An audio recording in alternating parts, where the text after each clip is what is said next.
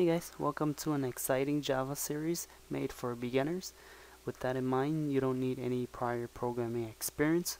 I'll structure my presentations in such a way that you'll understand it.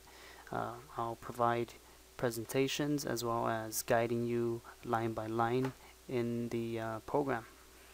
Okay, so before diving into the actual programming part, there's some initial preparations that need to be taken care of. These are just housekeeping items, which I hope to cover them all in less than 5 minutes. First, we'll be installing the Java Development Kit, which has the compiler. The compiler is responsible for translating our human written code into binary data for the computer to understand. Then I'll show you how to set the compiler path so your Java knows where it's located at. To make our lives easier, we'll be installing Eclipse, which enable us to write our code at a more efficient rate. Okay, so let's begin by installing the JDK. I'm not going to talk much, just follow these steps. Open up your browser and type Oracle JDK. Click the very first link you see, downloads. Okay. And go ahead and select the Java Platform JDK. Your version might be different depending when you see this video. So I'm going to click this guy. Okay. So right here, go ahead and accept the license agreement. Right below I have 32-bit, so my interest is this guy here, this link. If you have 64-bit Windows, go ahead and click this guy, but let me show you assuming you have 32-bit. Click this link. I'm gonna just save the file onto your downloads up here, and within 2 minutes you have your downloads. Just go ahead, click next to every question they ask you, and leave everything as default the way it is, and you should be fine. Alright, so after downloading the JDK, by default your computer doesn't know yet where the compiler is located at. So I'm going to show you how to set the correct path. To do so, go to your start menu and type down CMD and type down Java C.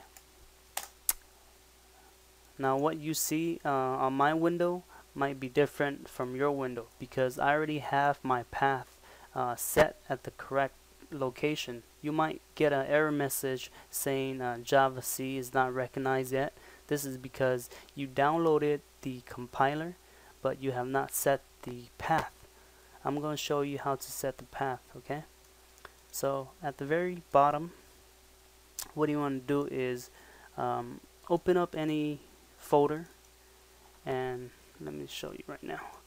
Go to your C drive where your programs are stored, program files, and go ahead click on Java, and there's two of these guys. Click on the JDK and continue by clicking bin. This is where the compiler, the Java compiler, is located at, as shown here, Java C.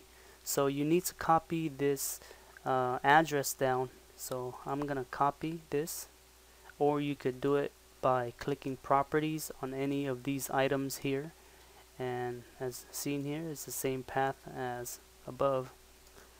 And once you have copied down the address, next thing you need to do is right click on your My Computer and then go to Properties, Advanced System Settings, and on the Advanced tab by default it's popped up, and click on the Environment Variables. At the very top we want to add a new variable, so what we want to do is click New, and then the variable name, type path. Now the variable value is the address you copy, so you want to paste this location where the Java C is located at, and click OK when you're done.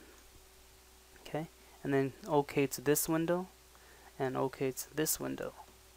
Now if you go back to your command window by typing CMD again,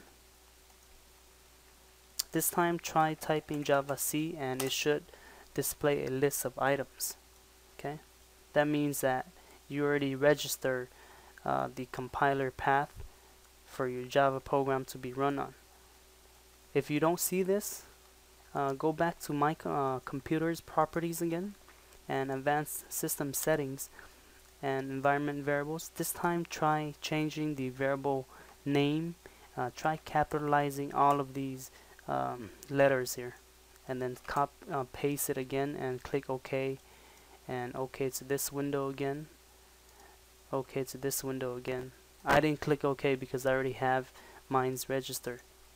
And then after that, try typing, checking if you specify the path by typing Java C. In addition to Java C, you should also have Java in your program. So hopefully you have Java pre-installed prior to installing all these. Okay, one last housekeeping item is installing the Eclipse IDE, which will allow us to write code and edit it. You can actually write your code on any notepad editor, but Eclipse has a built-in notepad editor that's more efficient, because when you have errors, it tells you what line of code your error is located at. So I'm going to show you how to download Eclipse. Just open up any browser and type eclipse.org and click on the downloads here. Select the third one, Eclipse IDE for Java developers, and depending on what your operating system is, I have 32-bit, so I'm going to click this guy, and this little green arrow, click that, and a zip file is here, so I'm going to open this just to show you how it's done. So I already have mine's downloaded. You could go ahead, pause the video if you like. Notice it's a zip file, so you need a program that will unzip this file. Once I have this as an unzip file, this is what I'll see Eclipse. So I'm going to click this guy, and you see a bunch of items on this window. What we're interested is the executable file here. So just go ahead, double click this little icon, and it will ask you a list of questions. All you gotta do is click next to all the questions they ask, and leave everything the way it is defaulted at, including the workspace you want to set it and all that stuff, and you should be fine. You can make after installing this, you can make a little shortcut on your desktop or pin it to your taskbar down here, which I have right here, and after that you're done. So please stay tuned for the next tutorial, because in the next tutorial I'll show you how to run your first program with very minimal effort. So I'll see you in the next tutorial. Bye.